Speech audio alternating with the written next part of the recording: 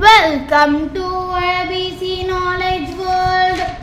இன்னைக்கு நம்ம பார்க்க போறது 7th standard maths term 1 unit 4 direct and inverse proportion ல உள்ள 12 sum பார்க்கலாம். Valli buys 10 pens for rupees 180.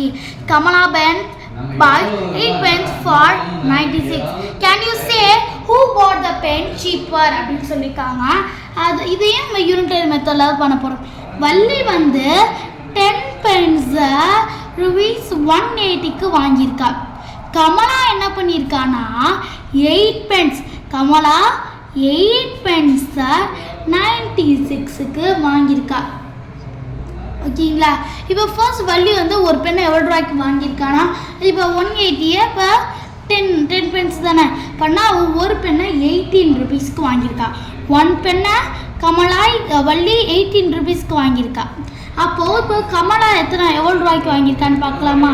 Kamala வந்து 8 pens 96 rupees தானே வாங்கியிருக்கா. அப்போது 96 divided by 8 1s are 8 1s are இங்கே வந்து ரிமைனிங் 1 8 2s are 16. இப்போ அவள் ஒரு பெண்ணை 12 rupeesக்கு வாங்கியிருக்கா.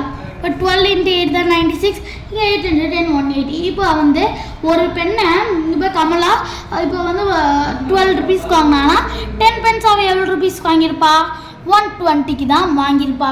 இதே இது இப்போ வந்து வள்ளி வந்து 18 rupeesக்கு ஒரு பெண்ணை வாங்கியிருக்கா. அப்போது அவள் 10 rupees அவள் வந்து ஒரு பெண்ணை 18 rupeesக்கு வாங்கியிருக்கா. அப்போ 10 pens 180. இப்போ யார் சீப்பராக இருக்கா கமலா தான். So Kamala bought the pen cheaper. அவ்வளோதான், ரொம்ப ஈஸியான சம் தான். நல்லா பிடிச்சிருக்குன்னு நினைக்கிறேன். நம்ம அடுத்த வீடியோவில் பார்க்கலாம். தேங்க்ஸ் ஃபார் வாட்சிங் த வீடியோ.